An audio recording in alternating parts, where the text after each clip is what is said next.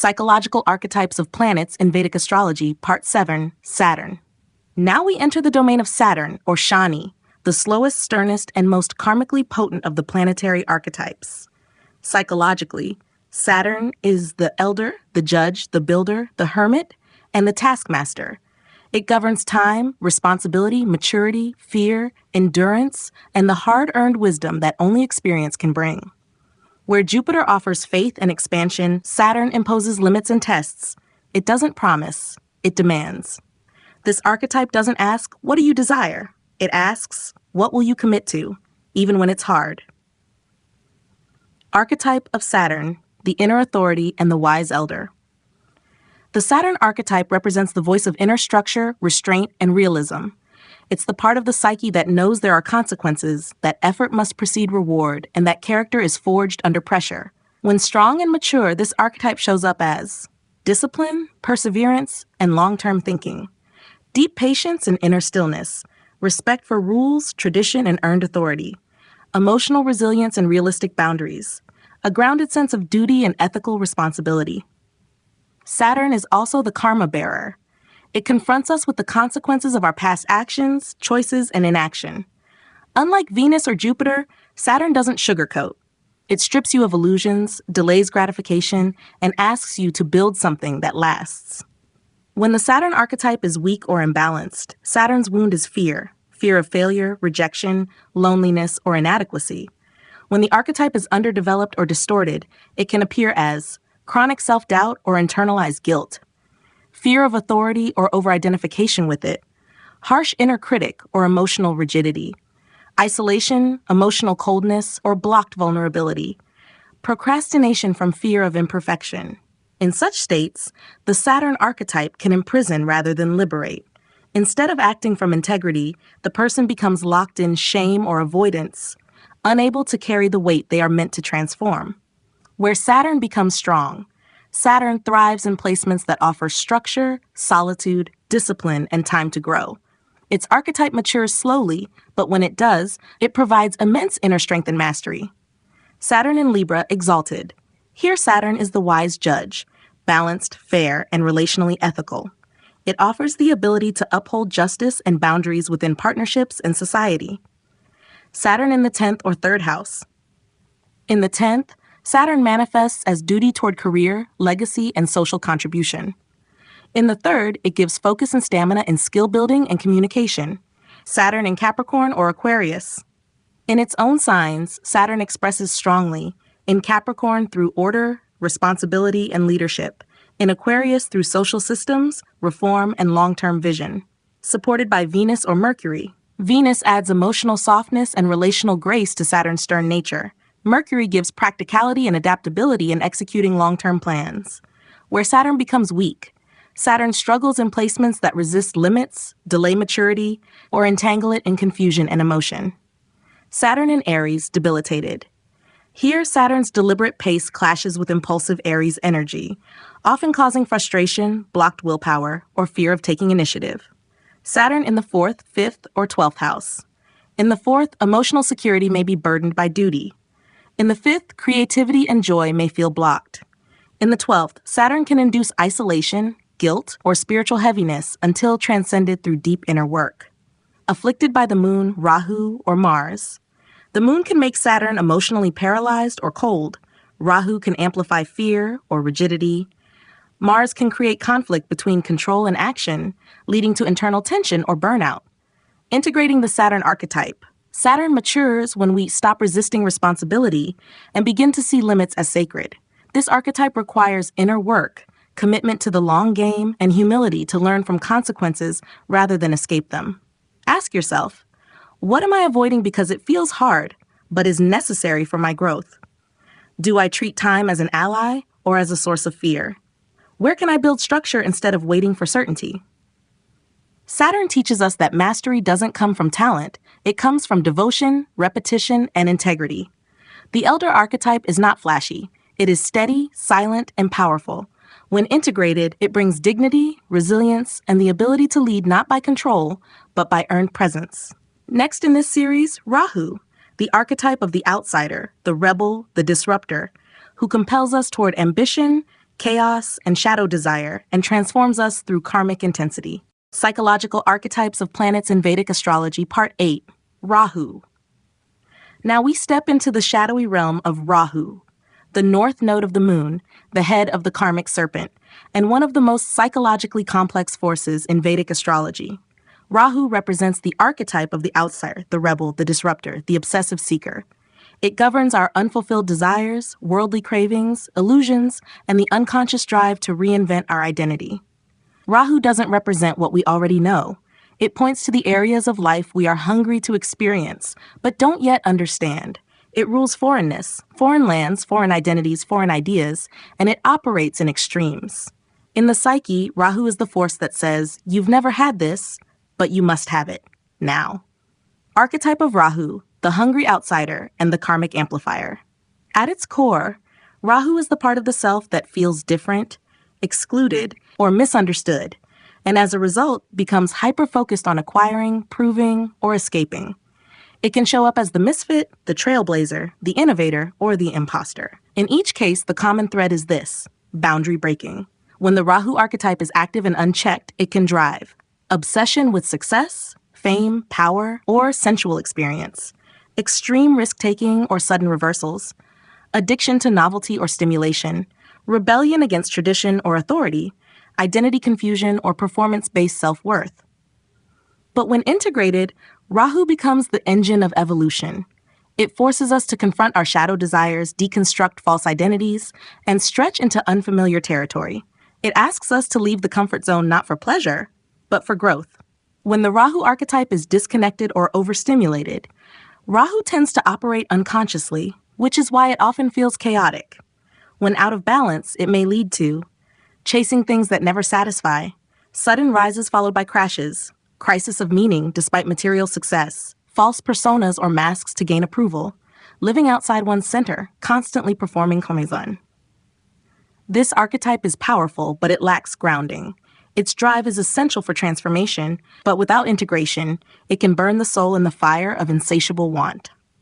Where Rahu becomes strong and productive, Rahu becomes most constructive when placed in houses or signs that allow disruption to serve innovation, mastery, or service, rather than chaos or ego gratification.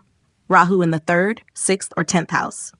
In the 3rd, Rahu fuels communication, courage, and skill. In the 6th, it channels desire into service, discipline, or healing.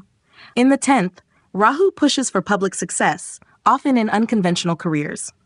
Rahu in Gemini, Taurus, or Virgo. These signs provide structure or earthiness to Rahu's mental and material energy, grounding it through communication, finance, or analysis, supported by Mercury or Saturn. Mercury helps rationalize Rahu's wild thoughts. Saturn brings discipline, anchoring Rahu's hunger into long-term goals rather than scattered impulses. Where Rahu becomes destructive, Rahu destabilizes when placed in emotional or spiritual houses, or when it rules identity without wisdom. Rahu in the 1st or 7th house. In the 1st, the person may feel disconnected from true selfhood, constantly shape-shifting or performing. In the 7th, relationships may be filled with projection, imbalance, or obsession. Rahu in the 4th, 8th, or 12th house. These placements can create emotional dislocation, hidden fears, and a tendency toward escapism, secrecy, or spiritual confusion if not anchored with awareness. Afflicted by the moon, sun, or Jupiter. The moon brings emotional chaos, the sun, identity inflation, Jupiter, ethical confusion. These aspects may cloud boundaries between ambition and alignment. Integrating the Rahu archetype. To work with Rahu means to walk a fine line between desire and delusion, expansion and distortion. It's not about denying desire. It's about seeing it clearly and asking, where is this coming from? What am I trying to prove or avoid? Ask yourself, am I chasing something or becoming someone? Do I know the difference between craving and purpose? What parts of me feel foreign, and how can I integrate them instead of running from them? Rahu matures when you stop feeding the hunger blindly and begin listening to what it's actually asking you to become. When harnessed, Rahu becomes the revolutionary, not destructive, but visionary. It is the restless force that breaks through limits and awakens possibilities your comfort zone would never have imagined. Next in this series, Ketu, the archetype of the mystic, the renunciate, the silent witness, who dissolves identity, detaches from the world, and guides the soul toward liberation and truth beyond form. Psychological Archetypes of Planets in Vedic Astrology, Part 9, Ketu. We now arrive at Ketu, the south node of the moon, and the final archetype in the planetary spectrum, one that speaks not of ambition or identity, but of detachment, surrender, and transcendence. Psychologically, Ketu is the archetype of the mystic, the renunciate, the shadow sage, and the silent witness. If Rahu is the hunger for experience, Ketu is the quiet force that says, "You've been here before. Let it go." Ketu represents past life karma, unconscious mastery, and the areas of life where we carry deep knowledge, but no further desire. It is associated with moksha, loss, renunciation, intuition, and spiritual freedom. In the psyche, Ketu is the part of us that has seen enough of the world and now seeks what lies beyond it. Archetype of Ketu, the silent mystic and the shadow guide. Ketu is the headless body of the karmic serpent, representing wisdom without ego. It operates through absence, not the kind that creates lack, but the kind that opens space. Ketu doesn't shout, it empties. When this archetype is awakened and integrated, it expresses as detachment from ego-driven ambition, deep spiritual insight or psychic sensitivity, mastery without craving validation, quiet service, humility, and a natural sense of surrender. Spontaneous wisdom that comes from stillness, not striving. Ketu governs nonverbal intelligence, dream states, memory beyond memory, and intuitive downloads. It whispers truths that don't fit into language but feel undeniably real. Its power is not of this world, which makes it difficult to grasp, but transformative when trusted. When the Ketu archetype is unconscious or unprocessed, a wounded or unintegrated Ketu can manifest as apathy, aimlessness, or withdrawal, nihilism or spiritual bypassing, fear of attachment, success, or intimacy, chronic dissatisfaction despite mastery, escape into mysticism without integration. Because Ketu points to areas we've already mastered, people often ignore its gifts or treat them as ghost talents. The person may have psychic insight, healing ability, or detachment, but also confusion about how to live in the material world. When denied, Ketu becomes a source of loss, anxiety, or disorientation. Where Ketu becomes strong, Ketu finds strength in placements that allow inner stillness, spiritual practice, and surrender of ego. Ketu in the 9th or 12th house. In the 9th, Ketu can point to deep spiritual inheritance, an old soul aligned with Dharma. In the 12th, it thrives in meditation, mysticism, and retreat, often bringing natural moksha tendencies or a desire to dissolve identity. Ketu in Scorpio, Sagittarius, or Pisces. These signs support inner transformation, spiritual depth, and detachment from material obsessions. Supported by Jupiter or Saturn. Jupiter gives ethical direction and philosophical structure to Ketu's mysticism. Saturn offers discipline, grounding the dissolution into a steady path of spiritual practice. Where Ketu becomes challenging, Ketu struggles in placements that demand emotional connection, ambition, or ego participation in worldly affairs. Ketu in the 1st or 7th house. In the 1st, identity may feel diffuse or unformed. The person may struggle to define who they are. In the 7th, relationships may carry karmic weight, leading to detachment or a sense of unfinished business. Ketu in the 2nd, 4th, or 10th house. In these houses, Ketu may create emotional or financial detachment, lack of grounding, or disinterest in social status, sometimes leading to instability if not balanced with practical grounding. Afflicted by the moon or Venus. The moon may increase emotional disorientation. Venus may create confusion around intimacy or pleasure, making detachment feel like emotional shutdown. Integrating the Ketu archetype. Ketu can't be forced. It integrates when we listen in silence, when we let go of what we think we should want, and when we honor the part of us that already knows. This archetype invites non-doing, not passivity, but awareness. It is less about letting go and more about realizing there is nothing to hold on to. Ask yourself, what am I trying to release but still secretly chase?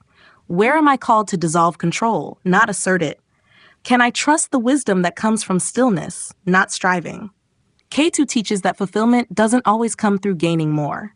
Sometimes it comes through remembering what we already are and allowing space for the truth behind identity to rise. When integrated, Ketu becomes the sage beyond form, not leading by light or force, but by emptiness that heals. This completes the series on the psychological archetypes of planets, each a mirror to a deeper part of you, from the radiant sovereignty of the sun to the silent transcendence of Ketu. Every planet is not just a force in the sky, it's a facet of your consciousness, guiding you from selfhood to soul.